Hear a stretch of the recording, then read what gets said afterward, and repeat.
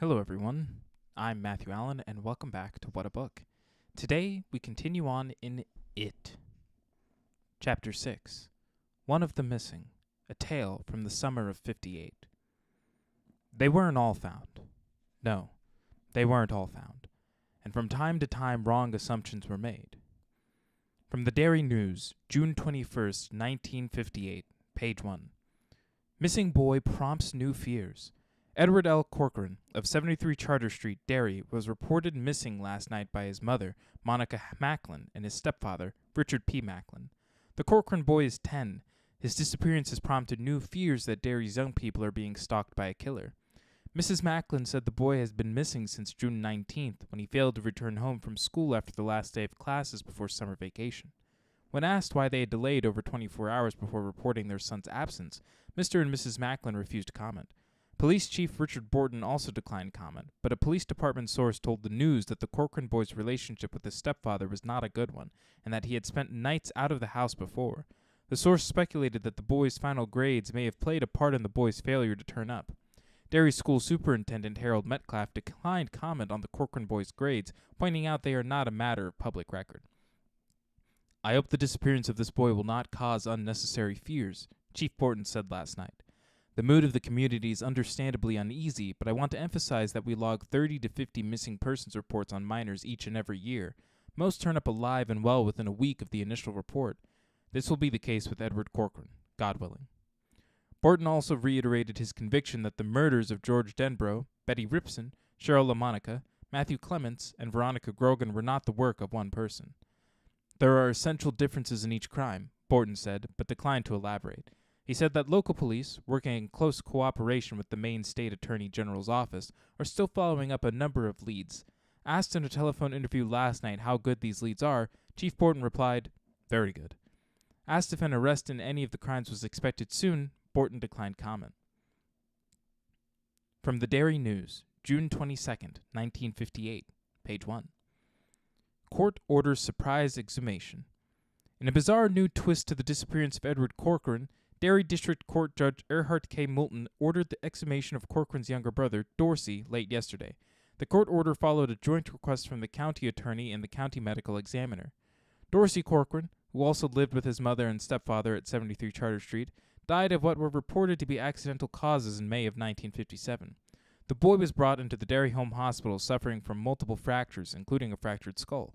Richard P. Macklin, the boy's stepfather, was the admitting person. He stated that Dorsey Corcoran had been playing on a stepladder in the garage and had apparently fallen from the top. The boy died without recovering consciousness 3 days later. Edward Corcoran, 10, was reported missing late Wednesday. Asked if either Mr. or Mrs. Macklin was under suspicion in either the younger boy's death or the older boy's disappearance, Chief Richard Borton declined comment. From the Derry News, June 24th, 1958, page 1. Macklin arrested in beating death, under suspicion in unsolved disappearance. Chief Richard Borton of the Derry Police called a news conference yesterday to announce that Richard P. Macklin, of 73 Charter Street, had been arrested and charged with the murder of his stepson, Dorsey Corcoran. The Corcoran boy died in Derry Home Hospital of reported accidental causes on May 31st of last year. The medical examiner's report shows that the boy was badly beaten, Borton said. Although Macklin claimed the boy had fallen from a stepladder while playing in the garage, Borton said the county medical examiner's report showed that Dorsey Corcoran was severely beaten with some blunt instrument. When asked what sort of instrument, Borton said, "It might have been a hammer. Right now, the important thing is the medical examiner's conclusion that this boy was struck repeated blows with some object hard enough to break his bones. The wounds, particularly those in the skull, are not at all consistent with those which might be incurred in a fall. Dorsey Corcoran was beaten within an inch of his life and then dumped off at the home hospital emergency room to die." Asked if the doctors who treated the Corcoran boy might have derelict in their duty when it came to reporting either an incidence of child abuse or the actual cause of death, Borton said, "They will have serious questions to answer when Mr. Macklin comes to trial." Asked for an opinion on how these developments might bear on the recent disappearance of Dorsey Corcoran's older brother, Edward, reported missing by Richard and Monica Macklin 4 days ago, Chief Borton answered, "I think it looks much more serious than we first supposed, don't you?" From the Derry News, June 25th, 1958, page 2. Teacher says Edward Corcoran often bruised. Henrietta Dumont, who teaches 5th grade at Derry Elementary School on Jackson Street, said that Edward Corcoran, who has now been missing for nearly a week, often came to school covered with bruises. Mrs. Dumont, who has taught one of Derry's two fifth-grade classes since the end of World War II, said that the Corcoran boy came to school one day about 3 weeks before his disappearance with both eyes nearly closed shut. When I asked him what happened, he said his father had taken him up for not eating his supper. When asked why she had not reported a beating of such obvious severity, Mrs. Dumont said, "This isn't the first time I've seen such a thing as this in my career as a teacher. The first few times I had a student with a parent who was confusing beatings with discipline, I tried to do something about it. I was told by the assistant principal, Gwendolyn Rayburn in those days, to stay out of it. She told me that when school employees got involved in cases of suspected child abuse, it always came back to haunt the school department at tax appropriation time. I went to the principal and he told me to forget it or I would be reprimanded. I asked him if a reprimand in a matter like that would go on my record. He said a reprimand did not have to be on a teacher's record. I got the message." Asked if the attitude in the Derry school system remained the same now, Mrs. Dumont said, "Well, what does it look like, in light of this current situation? And I might add that I would not be speaking to you now if I hadn't retired at the end of this school year." Mrs. Dumont went on, "Since this thing came out, I got down on my knees every night and prayed that Eddie Corcoran just got fed up with that beast of a stepfather and ran away. I prayed that when he reads in the paper or hears on the news that Macklin has been locked up, Eddie will come home." In a brief telephone interview, Monica Macklin hotly refuted Mrs. Dumont's charges. "Rich never beat Dorsey, and he never beat Eddie either," she said. "I'm telling you that right now, and when I die, I'll stand at the throne of judgment and look God right in the eye and tell him the same thing." From the Derry News, June 28, 1958, page 2. "Daddy had to take me up 'cause I'm bad," Tot told nursery teacher before beating death. A local nursery school teacher who declined to be identified told a news reporter yesterday that young Dorsey Corcoran came to his twice-weekly nursery school class with bad sprains of his right thumb and 3 fingers of his right hand less than a week before his death in a purported garage accident. "It was hurting him enough so that the poor little guy couldn't color his Mr. Do Safety poster," the teacher said. The fingers were swelled up like sausages. When I asked Dorsey what happened, he said that his father, stepfather Richard P. Macklin, had bent his fingers back because he had walked across the floor his mother had just washed and waxed. "Daddy had to take me up 'cause I'm bad," was the way he put it.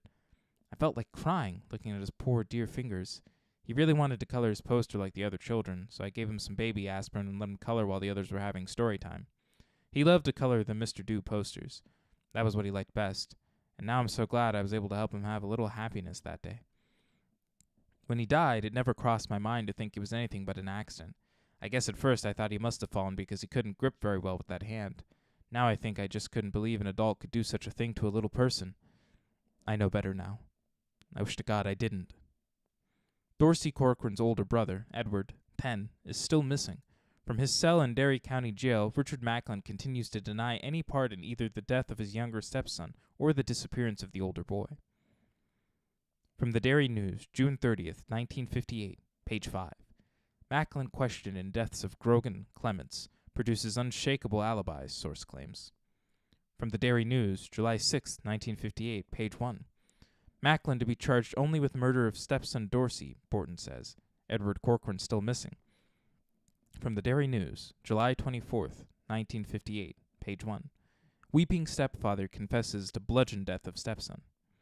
In a dramatic development in the district court trial of Richard Macklin for the murder of his stepson Dorsey Corcoran, Macklin broke down under the stern cross-examination of County Attorney Bradley Woodson and admitted he had beaten the 4-year-old boy to death with a recoilless hammer, which he then buried at the far end of his wife's vegetable garden before taking the boy to Derry Home Hospital's emergency room. The courtroom was stunned and silent as the sobbing Macklin, who had previously admitted beating both of his stepsons occasionally, if they had it coming, for their own good, poured out his story. "I don't know what came over me. I saw he was climbing on the damn ladder again, and I grabbed the hammer from the bench where it was laying, and I just started to use it on him. I didn't mean to kill him. With God as my witness, I never meant to kill him." "Did he say anything to you before he passed out?" Whitson asked. "He said, 'Stop, Daddy. I'm sorry. I love you,'" Macklin replied. "Did you stop?" "Eventually," Macklin said. He then began to weep in such a hysterical manner that Judge Earnhardt Moulton declared the court in recess. From the Derry News, September 18, 1958, page 16. Where is Edward Corcoran? His stepfather, sentenced to a term of 2 to 10 years in Shawshank State Prison for the murder of his 4-year-old brother, Dorsey, continues to claim he has no idea where Edward Corcoran is. His mother, who who has instituted divorce proceedings against Richard P. Macklin, says she thinks her soon-to-be ex-husband is lying. Is he? I, for one, really don't think so, says Father Ashley O'Brien, who serves the Catholic prisoners at Shawshank. Macklin began taking instruction in the Catholic faith shortly after beginning his prison term, and Father O'Brien has spent a good deal of time with him. He is sincerely sorry for what he has done. Father O'Brien goes on, adding that when he initially asked Macklin why he wanted to be a Catholic, Macklin replied, "I hear they have an act of contrition, and I need to do a lot of that or else I'll go to hell when I die." He knows what he did to the younger boy, Father O'Brien said. If he also did something to the older one, he doesn't remember it. As far as Edward goes, he believes his hands are clean. How clean Macklin's hands are in the matter of his stepson Edward is a question which continues to trouble Derry residents, but he has been convincingly cleared of the other child murders which have taken place here. He was able to produce ironclad alibis for the first 3, and he was in jail when 7 others were committed in late June, July, and August. All 10 murders remain unsolved. In an exclusive interview with the News last week, Macklin again asserted that he knows nothing of Edward Corcoran's whereabouts. "I beat them both," he said in a painful monologue, which was often halted by bouts of weeping. "I love them, but I beat them. I don't know why, any more than I know why Monica let me, or why she covered up for me after Dorsey died. I guess I could have killed Eddie as easy as I did Dorsey, but I swear before God and Jesus and all the saints of heaven that I didn't. I know how it looks, but I didn't do it. I think he just ran away. If he did, that's one thing I've got to thank God for." Asked if he is aware of any gaps in his memory, if he could have killed Edward and then blocked it out of his mind, Macklin replied, "I ain't aware of any gaps. I know only too well what I did. I've given my life to Christ, and I'm going to spend the rest of it trying to make up for it." From the Derry News, January 27th, 1960, page 1. "Body not that of Corcoran youth," Borton announces. Police Chief Richard Borton told reporters earlier today that the badly decomposed body of a boy about the age of Edward Corcoran, who disappeared from his Derry home in June of 1958, is definitely not that of the missing youth. The body was found in Ainsford, Massachusetts, buried in a gravel pit. Both Maine and Massachusetts State Police at first theorized that the body might be that of the Corcoran boy, believing that he might have been picked up by a child molester after running away from the Charter Street home where his younger brother had been beaten and killed. Dental charts showed conclusively that the body found in Ainsford was not that of the Corcoran youth, who has now been missing for 19 months. From the Portland Press Herald, July 19th, 1967, page 3. Convicted murderer commits suicide in Falmouth. Richard P. Macklin, who was convicted of the murder of his 4-year-old stepson 9 years ago, was found dead in his small third-floor Falmouth apartment late yesterday afternoon. The parolee, who had lived and worked quietly in Falmouth since his release from Shawshank State Prison in 1964, was an apparent suicide. The note he left indicates an extremely confused state of mind, Assistant Falmouth Police Chief Brandon K. Rock said. He refused to divulge the note's contents, but a police department source said it consisted of 2 sentences. "I saw Eddie last night. He was dead." The Eddie, referred to, may well have been Macklin's stepson, brother of the boy Macklin was convicted of killing in 1958. It was the disappearance of Edward Corcoran which eventually led to Macklin's conviction for the beating death of Edward's younger brother, Dorsey. The elder boy has been missing for 9 years. In a brief court proceeding in 1966, the boy's mother had her son declared legally dead so she could enter into possession of Edward Corcoran's savings account. The account contained a sum of $16. Eddie Corcoran was dead, all right. He died on the night of June 19th, and his stepfather had nothing at all to do with it.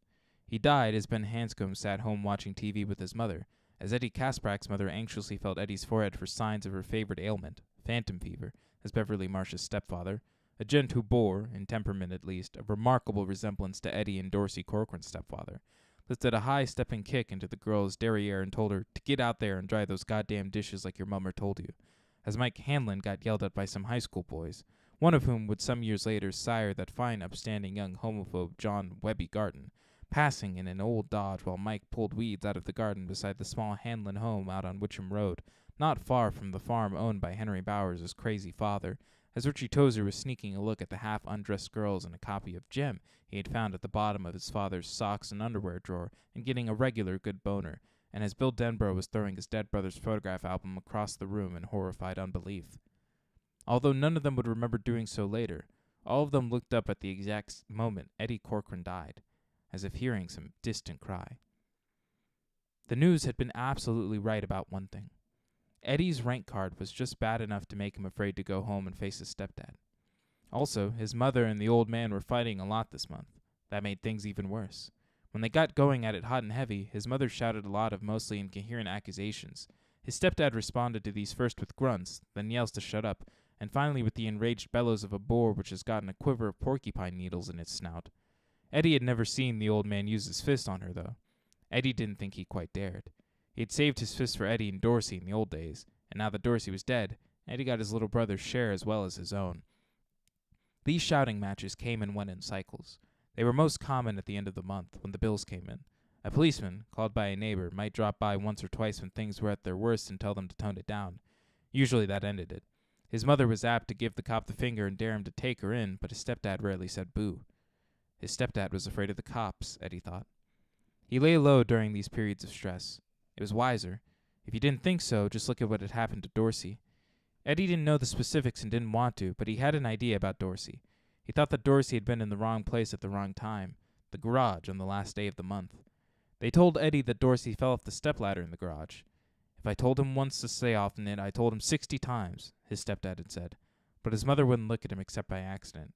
And when their eyes did meet, Eddie had seen a frightened, ratty little gleam in her eyes that he didn't like. The old man just sat there silently at the kitchen table with a quart of Rheingold, looking at nothing from beneath his heavy, lowering eyebrows. Eddie kept out of his reach. When his stepfather was bellowing, he was usually, not always, but usually, all right. It was when he stopped that you had to be careful. 2 nights ago, he had thrown a chair at Eddie when Eddie got up to see what was on the other TV channel. Just picked up one of the tubular aluminum kitchen chairs, swept it back over his head and let it fly. It hit Eddie in the butt and knocked him over. His butt still ached, but he knew it could have been worse. It could have been his head. Then there had been the night when the old man had suddenly gotten up and rubbed a handful of mashed potatoes in Eddie's hair for no reason at all. One day, last September, Eddie had come in from school and foolishly allowed the screen door to slam shut behind him while his stepdad was taking a nap. Macklin came out of the bedroom in his billowy boxer shorts, hair standing up in corkscrews, cheeks grizzled with 2 days of weekend beard, breath grizzled with 2 days of weekend beer. "There now, Eddie," he said. "I gotta take you up for slamming that fucking door." In Rich Macklin's lexicon, taking you up was a euphemism for beating the shit out of you, which was what he then did to Eddie. Eddie had lost consciousness when the old man threw him into the front hall.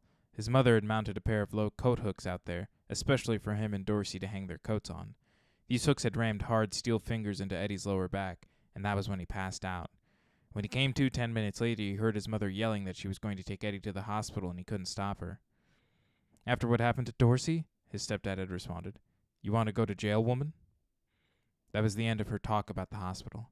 She helped Eddie into his room, where he lay shivering on his bed, his forehead beaded with sweat. The only time he left the room during the next 3 days was when they were both gone.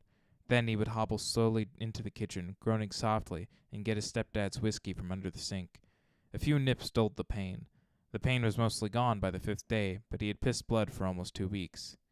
And the hammer wasn't in the garage anymore. What about that? What about that, friends and neighbors? Oh, the craftsman hammer. The ordinary hammer was still there. It was the Scotty recoilless which was missing. His stepdad's special hammer, the one he and Dorsey had been forbidden to touch. "If one of you touches that baby," he had told them the day he bought it, "you'll both be wearing your guts for earmuffs." Dorsey had asked timidly if that hammer was very expensive. The old man told him he was damn tootin'.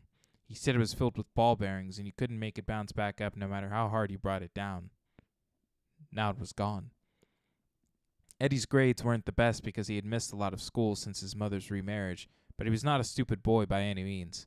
He thought he knew what had happened to the Scotty recoilless hammer. He thought maybe his stepfather had used it on Dorsey and then buried it in the garden or maybe thrown it in the canal.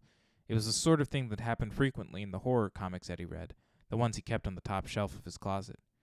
He walked closer to the canal, which rippled between its concrete sides like oiled silk. A swatch of moonlight glimmered across its stark surface in a boomerang shape. He sat down, swinging his sneakers idly against the concrete in an irregular tattoo. The last 6 weeks had been quite dry, and the water flowed past perhaps 9 feet below the worn soles of his sneakers.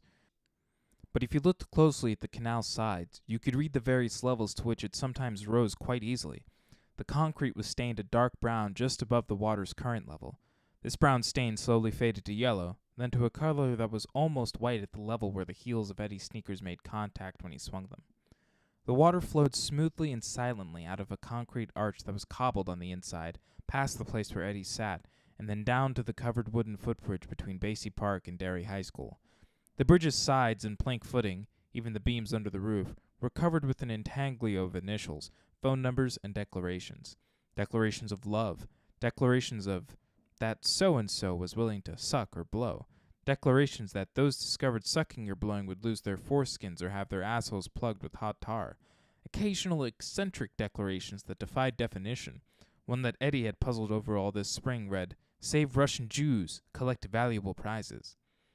What exactly did that mean? Anything? And did it matter? Eddie didn't go into the kissing bridge tonight. He had no urge to cross over to the high school side. He thought he would probably sleep in the park, maybe in the dead leaves under the bandstand, but for now it was just fine to sit here. He liked it in the park, and came often when he had to think. Sometimes there were people making out in the grooves of trees which dotted the park, but Eddie left them alone and they left him alone. He had heard lurid stories in the playground at school about the queers that cruised in Basie Park after sundown, and he accepted those stories without question, but he himself had never been bothered. The park was a peaceful place, and he thought the best part of it was right here where he was sitting. He liked it in the middle of summer, when the water was so low it chucked over the stones and actually broke up into isolated streamlets that twisted and turned and sometimes came together again. He liked it in late March or early April, just after ice out, when he would sometimes stand by the canal, too cold to sit then, your ass would freeze, for an hour or more, the hood of his old parka, now 2 years too small for him, pulled up, his hands plunged into his pockets, unaware that his skinny body was shivering and shaking. The canal had a terrible, irresistible power in the week or two after the ice went out. He was fascinated by the way the water boiled whitely out of the cobbled arch and roared past him, bearing sticks and branches and all manner of human trash along with it. More than once he had envisioned walking beside the canal in March with his stepdad and giving the bastard a great big motherfucking push. He would scream and fall in, his arms pinwheeling for balance, and Eddie would stand on the concrete parapet and watch him carried off downstream, his head a black bobbing shape in the middle of the unruly white-capped current.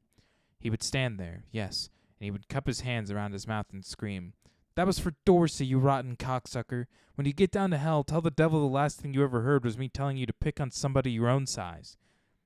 It would never happen, of course, but it was an absolutely grand fantasy, a grand dream to dream as you sat here by the canal. A hand closed around Eddie's foot. He had been looking across the canal toward the school, smiling a sleepy and rather beautiful smile as he imagined his stepfather being carried off in the violent rip of the spring runoff, being carried out of his life forever. The soft yet strong grip startled him so much that he almost lost his balance and tumbled into the canal. It's one of the queers the big kids are always talking about, he thought, and then he looked down. His mouth dropped open. Urine spilled hotly down his legs and stained his jeans black in the moonlight. It wasn't a queer. It was Dorsey. It was Dorsey as he had been buried, Dorsey in his blue blazer and gray pants, only now the blazer was in muddy tatters, Dorsey's shirt was yellow rags, Dorsey's pants clung wetly to legs as thin as broomsticks, and Dorsey's head was horribly slumped, as if it had been caved in at the back and consequently pushed up in the front. Dorsey was grinning. "Eddie," his dead brother croaked, just like one of the dead people who were always coming back from the grave in the horror comics. Dorsey's grin widened. Yellow teeth gleamed, and somewhere, way back in that darkness, things seemed to be squirming. "Eddie, I came to see you, Eddie." Eddie tried to scream. Waves of gray shock rolled over him, and he had the curious sensation that he was floating. But it was not a dream. He was awake. The hand on his sneaker was as white as a trout's belly. His brother's bare feet clung somehow to the concrete. Something had bitten one of Dorsey's heels off. "Come on down, Eddie." Eddie couldn't scream. His lungs didn't have enough air in them to manage a scream. He got out a curious reedy moaning sound. Anything louder seemed beyond him. That was all right. In a second or two his mind would snap, and after that nothing would matter. Dorsey's hand was small but implacable. Eddie's buttocks were sliding over the concrete to the edge of the canal. Still making that reedy moaning sound, he reached behind himself and grabbed the concrete edging and yanked himself backward. He felt the hand slide away momentarily, heard an angry hiss, and had time to think, "That's not Dorsey. I don't know what it is, but it's not Dorsey." Then adrenaline flooded his body and he was crawling away, trying to run even before he was on his feet, his breath coming in short, shrieky whistles. White hands appeared on the concrete lip of the canal. There was a wet slapping sound. Drops of water flew upward in the moonlight from dead pallid skin. Now Dorsey's face appeared over the edge. Dim red sparks gleamed in his sunken eyes. His wet hair was plastered to his skull. Mud streaked his cheeks like war paint. Eddie's chest finally unlocked. He hitched in breath and turned it into a scream. He got to his feet and ran. He ran looking back over his shoulder, needing to see where Dorsey was, and as a result he ran smack into a large elm tree. It felt as if someone, his old man, for instance, had set off a dynamite charge in his left shoulder. Stars shot and corkscrewed through his head. He fell at the base of the tree as if poleaxed, blood trickling from his left temple. He swam in the waters of semi-consciousness for perhaps 90 seconds. Then he managed to gain his feet again. A groan escaped him as he tried to raise his left arm. It didn't want to come. Felt all numb and far away. So he raised his right and rubbed his fiercely aching head. Then he remembered why he had happened to run full tilt into the elm tree in the first place and looked around. There was the edge of the canal, white as bone and straight as string in the moonlight. No sign of the thing from the canal, if there ever had been a thing. He continued turning, working his way slowly through a complete 360 degrees. Basie Park was silent and as still as a black and white photograph. Weeping willows draggled their thin, tenebrous arms, and anything could be standing, slumped and insane, within their shelter. Eddie began to walk, trying to look everywhere at once. His sprained shoulder throbbed in painful sync with his heartbeat. "Eddie," the breeze moaned through the trees. "Don't you want to see me, Eddie?" He felt flabby corpse fingers caress the side of his neck. He whirled, his hands going up. As his feet tangled together and he fell, he saw that it had only been willow fronds moving in the breeze. He got up again. He wanted to run, but when he tried, another dynamite charge went off in his shoulder and he had to stop. He knew somehow that he should be getting over his fright by now, calling himself a stupid little baby who got spooked by a reflection or maybe fell asleep without knowing it and had a bad dream. That wasn't happening, though. Quite the reverse, in fact. His heart was now beating so fast he could no longer distinguish the separate thuds, and he felt sure it would soon burst in terror. He couldn't run, but when he got out of the willows he did manage a limping jog trot. He fixed his eyes on the streetlight that marked the park's main gate. He headed in that direction, managing a little more speed, thinking, "I'll make it to the light, and that's all right. I'll make it to the light, and that's all right. Bright light, no more fright. Up all night, what a sight." Something was following him. Eddie could hear it bludgeoning its way through the willow grove. If he turned, he would see it. It was gaining. He could hear its feet, a kind of shuffling, squelching stride, but he would not look back. No, he would look ahead at the light. The light was all right. He would just continue his flight to the light, and he was almost there, almost. The smell was what made him look back.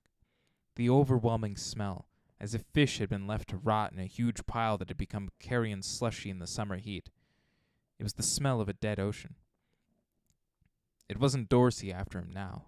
It was the creature from the Black Lagoon. The thing's snout was long and pleated. Green fluid dripped from black gashes like vertical mouths in its cheeks. Its eyes were white and jelly-like. Its webbed fingers were tipped with claws like razors. Its respiration was bubbly and deep, the sound of a diver with a bad regulator. As it saw Eddie looking, its green-black lips wrinkled back from huge fangs in a dead and vacant smile. It shambled after him, dripping, and Eddie suddenly understood. It meant to take him back to the canal, to carry him down into the dank blackness of the canal's underground passage, to eat him there. Eddie put on a burst of speed. The arc sodium light at the gate drew closer. He could see its halo of bugs and moths. A truck went by, headed for Route 2, the driver working his way up through the gears, and it crossed Eddie's desperate, terrified mind that he could be drinking coffee from a paper cup and listening to a Buddy Holly tune on the radio, completely unaware that less than 200 yards away there was a boy who might be dead in another 20 seconds. The stink, the overwhelming stink of it, gaining all around him. It was a park bench he tripped over. Some kids had casually pushed it over earlier that evening, heading toward their homes at a run to beat the curfew. Its seat poked an inch or two out of the grass, one shade of green on another, almost invisible in the moon-driven dark. The edge of the seat smacked Eddie in the shins, causing a burst of glassy, exquisite pain. His legs flipped out behind him and he thumped into the grass. He looked behind him and saw the creature bearing down, its white poached egg eyes glittering, its scales dripping slime the color of seaweed, the gills up and down its bulging neck and cheeks opening and closing. Ah! Eddie croaked. It seemed to be the only noise he could make. Ack! Ah! Ah! He crawled now, fingers hooking deep into the turf. His tongue hung out. In the second before the creature's fish-smelling, horny hands closed around his throat, a comforting thought came to him. This is a dream. It has to be. There's no real creature, no real black lagoon, and even if there was, that was in South America or the Florida Everglades or someplace like that. This is only a dream, and I'll wake up in my bed or maybe in the leaves under the bandstand, and The batrachian hands closed around his neck, and Eddie's hoarse cries were choked off. As the creature turned him over, the chitinous hooks which sprouted from those hands scrawled bleeding marks like calligraphy into his neck. He stared into its glowing white eyes. He felt the webs between its fingers pressing against his throat like constricting bands of living seaweed. His terror-sharpened gaze noted the fin, something like a rooster's comb and something like a hornpout's poisonous back fin, standing atop the creature's hunched and plated head. As its hands clamped tight, shutting off his air, he was even able to see the way the white light from the arc sodium lamp turned a smoky green as it passed through that membranous head fin. You're not real, Eddie choked, but clouds of grayness were closing in now, and he realized faintly that it was real enough, this creature. It was, after all, killing him. And yet some rationality remained, even until the end. As the creature hooked its claw into the soft meat of his neck, as his corroded artery let go in a warm and painless gout that splashed the thing's reptilian plating, Eddie's hands groped at the creature's back, feeling for a zipper. They fell away only when the creature tore his head from his shoulder with a low, satisfied grunt. And as Eddie's picture of what it was began to fade, it began promptly to change into something else. And that's where I would like to leave off for tonight. Thank you so much for joining me for this small little chunk of it. If you liked it, make sure to check out everything that is backlogged over here on Whatta channel, as well as all the things that are over in the Linktree link down in the description. I've been Matthew Allen. This has been it, and I will see all of you next week.